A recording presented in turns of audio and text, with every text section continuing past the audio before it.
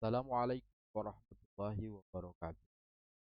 Para pelatih provinsi yang berbahagia, berikut akan kami sampaikan tentang tutorial pemanfaatan LMS bagi pelatih dalam melaksanakan tugasnya terkait dengan bimbingan kepada para pelatih daerah.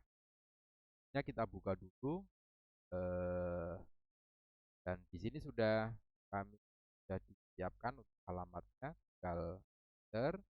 Kita tunggu beberapa saat, maka di sini sudah full LMS yang sudah disiapkan oleh Kementerian Agama. Di sini ada fitur dashboard, kelas, modul, chat, klaim aktivitas, helpdesk, dan menu utama. Selanjutnya akan kita mulai dari kelas. Kita klik kelas, maka di situ akan full kelas yang menjadi tanggung jawab kita. Kemudian di sini ada kontrak belajar, ada tugas, ada diskusi pelatih, ada diskusi kon dengan peserta, ada tugas remedial jika memang diperlukan, demikian juga materi tambahan dan review pretest. Kita mulai dari yang pertama, yaitu kontrak belajar. Kontrak belajar ini sudah kita siapkan ya dalam PDF. Apabila kita menghendaki penambahan kontrak belajar yang sudah ada, maka kita tinggal klik update kontrak, kemudian di sini kita tulis sesaat, kemudian di sini kita pilih PDF yang sudah kita siapkan misalnya, selanjutnya kita tambah kontrak, kita cancel dulu. Kemudian yang kedua terkait dengan tugas. Pelatih provinsi nanti bisa berikan tugas dalam jadwal kepelatihannya.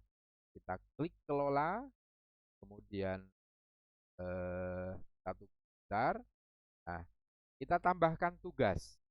Tambahkan tugas, kita pilih temanya, misalnya tema tugas ketiga, misalnya analisis efektif pembelajaran misalnya. Kemudian file tugas juga sudah harus kita siapkan dalam bentuk PDF seperti tadi. Kita cukup file, kemudian disimpan, maka secara otomatis itu akan bisa dilihat oleh para peserta yang jadi dampingan kita. Kemudian selanjutnya ada diskusi pelatih.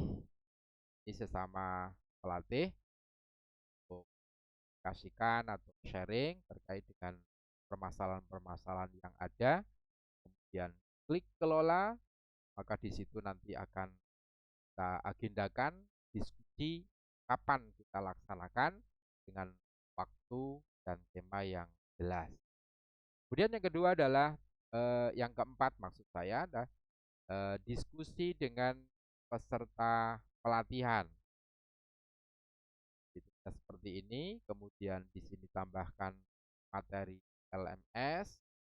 Kita lihat materi misalnya tugas akhir, kemudian pilih kelas kita, ada kelas pedagogi 2 misalnya, atau 1, kemudian pilih modul, kemudian tanggal mulainya, kita klik tanggal 28 misalnya, kemudian mulai kapan, jam berapa, selesai jam berapa, jenisnya ini kita lihat apakah Jitsi, berarti kita menggunakan fasilitas meeting yang ada di LMS, atau ada eksternal menggunakan Zoom Meeting atau Google Meet. Kalau misalnya pakai Zoom Meeting, maka linknya harus kita copy di sini. Sebelumnya sudah kita jadwal untuk meeting menggunakan Zoom. Demikian juga kalau misalnya kita memilih Google Meet, maka Google Meet di sini sudah harus kita siapkan link, kemudian kita simpan, maka secara otomatis akan terlihat oleh peserta kapan agenda untuk diskusi melalui Pikon. Kemudian selanjutnya terkait dengan materi tugas remedial jika memang Bapak Ibu pelatih nantinya memerlukan eh, tambahan atau dilihat nilainya kurang dari para peserta, maka Bapak Ibu pelatih bisa menambahkan tugas remedial yang tentunya dalam hal ini tugas-tugas remedial itu didasarkan pada nilai yang ada di LMS yang merupakan gabungan dari nilai pretest, dari nilai tugas, kemudian dari dinamika kelas dan juga ada post test.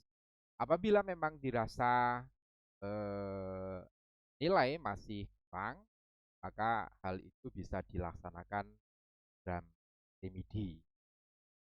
Dengan itu maka diharapkan para peserta pelatihan itu tidak ada yang ketinggalan.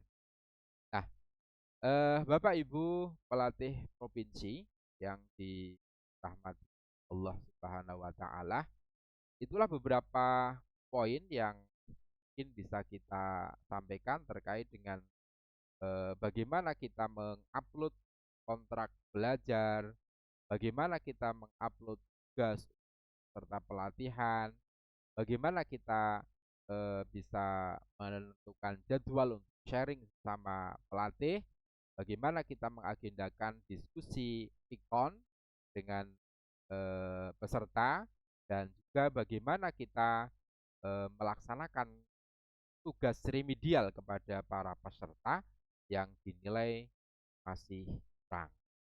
Kemudian selanjutnya ada modul. Nah, modul di sini sudah disiapkan oleh sistem.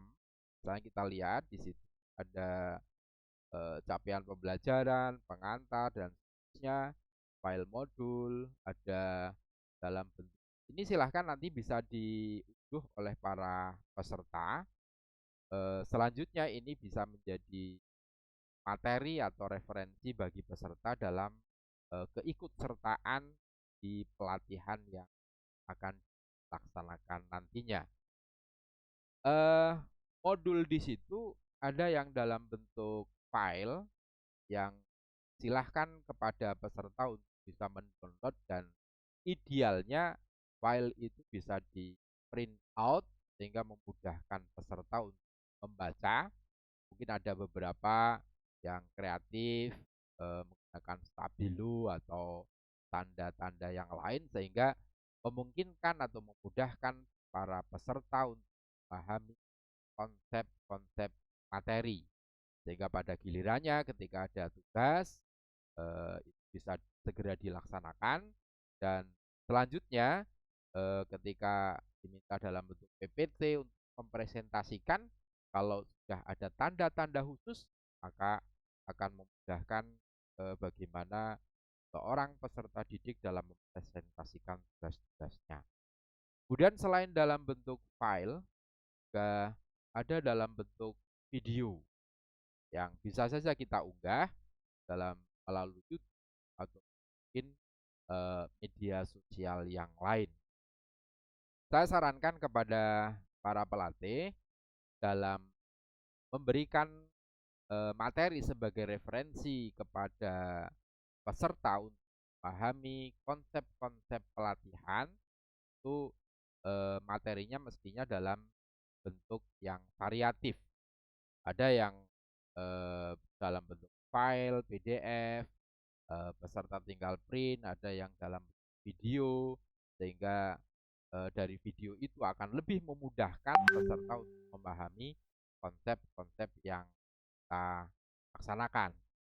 Nah, di samping itu, peserta juga mesti harus diberikan kesempatan untuk mencari bahan atau sumber belajar di luar apa yang sudah disiapkan oleh kita atau disiapkan oleh sistem.